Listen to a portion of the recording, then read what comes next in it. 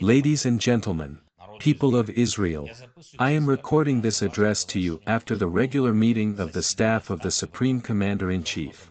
The staff is the highest body in Ukraine, which provides collegial management of the defense of our state. The military, intelligence, heads of special services and law enforcement agencies, the Speaker of the Parliament, ministers and other top officials, everyone whom the protection of Ukraine depends on, participate in these meetings. It is in this format that we adopt key defense decisions. We listen to the reports about hostilities and the development of our defense operations, about threats to national security. And it is there, at the staff, that the words that are constantly heard in Israel when you talk about the survival of your state are heard more and more often. These words are Iran, Iranian. Each time they mean something that you all fully understand. They mean a mortal threat. I will give you just one example now. It happened on October 17th, when Russia carried out another terrorist attack.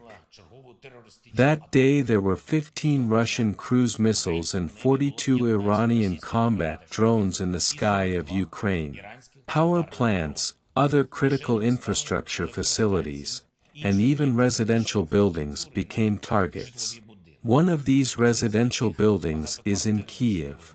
After an Iranian drone strike, half of the building is gone. 4 floors were destroyed, from the basement to the roof. It stood for 120 years. It was built by Ioselian Lev, an entrepreneur at the time, the head of one of the synagogues. The building withstood World War I, waves of terror and World War II. It saw so much and was destroyed by an Iranian drone. Like many, many other objects in Ukraine. 5 people died that terrible day. Well, actually, 6. A drone killed a young family who lived in one of the apartments of that building in Kiev, a boy and a girl. The girl was preparing to become a mother. Ukraine is now constantly subjected to such Russian terrorist attacks. The disgusting sound of Iranian drones is heard in our skies every night. In general, according to our intelligence, Russia ordered about 2,000 shahids from Iran, one type of Iranian terrorist weapon, and also missiles and other drones.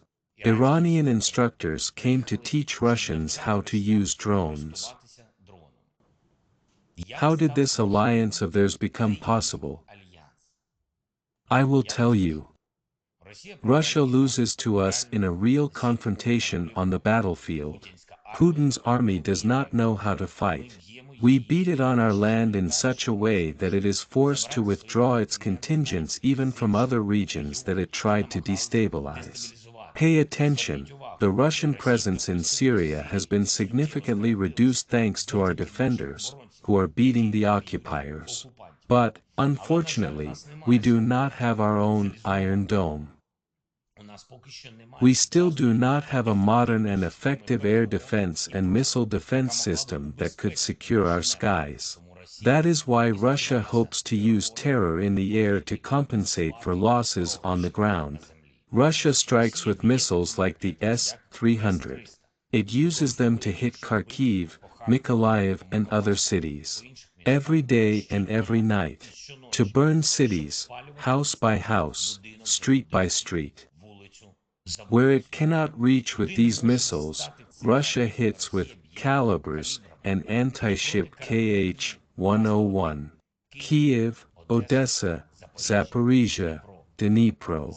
It destroys energy, transport, food warehouses, shopping centers, and social infrastructure with them. In 8 months of full-scale war, Russia has used almost 4,500 missiles against us. And their stock of missiles is dwindling. That is why Russia went looking for affordable weapons in other countries to continue terror. It found them in Iran. I have a question for you. How does Russia pay Iran for this, in your opinion? Is Iran just interested in money? Probably not money at all, but Russian assistance to the Iranian nuclear program. Probably, this is exactly the meaning of their alliance. And this alliance of theirs simply would not have happened if your politicians had made only one decision at the time. The decision we asked for. Every time we in Ukraine, at the meetings of the staff of the Supreme Commander-in-Chief, discuss Russian missile and drone terror. We also talk about our partners who already help or can help us protect the sky. Unfortunately, the words, Israel, Israeli, do not sound at that moment. Of course, this is the decision of your state, your governments. It seems that it was adopted a long time ago, in 2014, when Russia began its aggression against Ukraine. The decision, not to annoy the Kremlin, not to help Ukraine for real. I emphasize, we have been asking Israel for help since 2014. But such is the continuance of politicians. Although if we had immediately secured our skies when faced with a missile and drone threat, Russia would not even have a motive now to go to Iran and offer it something in exchange for assistance in terror. But that's what happened. And I think that this alliance of theirs can still be rendered meaningless. If we act together, with you, in the same way as with other democracies. Ladies and gentlemen, Russian officials and propagandists are really frank. They hate that we live freely and protect our culture. They even try not to say the word Ukraine. They want us all dead. The other day, even one of the famous Russian propagandists absolutely openly called to burn Ukrainian children simply in the houses where they live, or to drown them in rivers, as soon as the children say that they are Ukrainians. This is what racism is. Iran helps racism by getting something for itself. Many democratic countries help us. But we would also like to get your help. Of course, we will not give up our struggle no matter what. We want simple and clear things, to liberate our land, to guarantee the safety of our people, to give peace to Ukrainians. We will continue our defense and, I am sure, we will defend Ukraine and our freedom. Our common freedom, of all democratic countries. I sincerely thank you for the award with which you honored this struggle of ours. But isn't it time for your state to choose who you are with as well? Is it with the democratic world, which is fighting side by side against the existential threat to its existence? Or with those who turn a blind eye to Russian terror even when the cost of continued terror is the complete destruction of global security? I believe that you will give fair answers to my questions. Because these questions, in fact, are not about politics, but about values. About the values that still unite us. They unite us even when we do not agree on politics. I thank the people of Israel for the understanding and help, in particular, medical aid that we received from your society.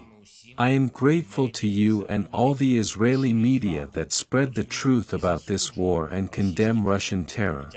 I am thankful to all of your people who took to the streets after the start of the full-scale war, and we are supported in the promised land. I believe that we will see support in the sky as well. Thank you for your attention and I wish you all peace and victory. Glory to Ukraine.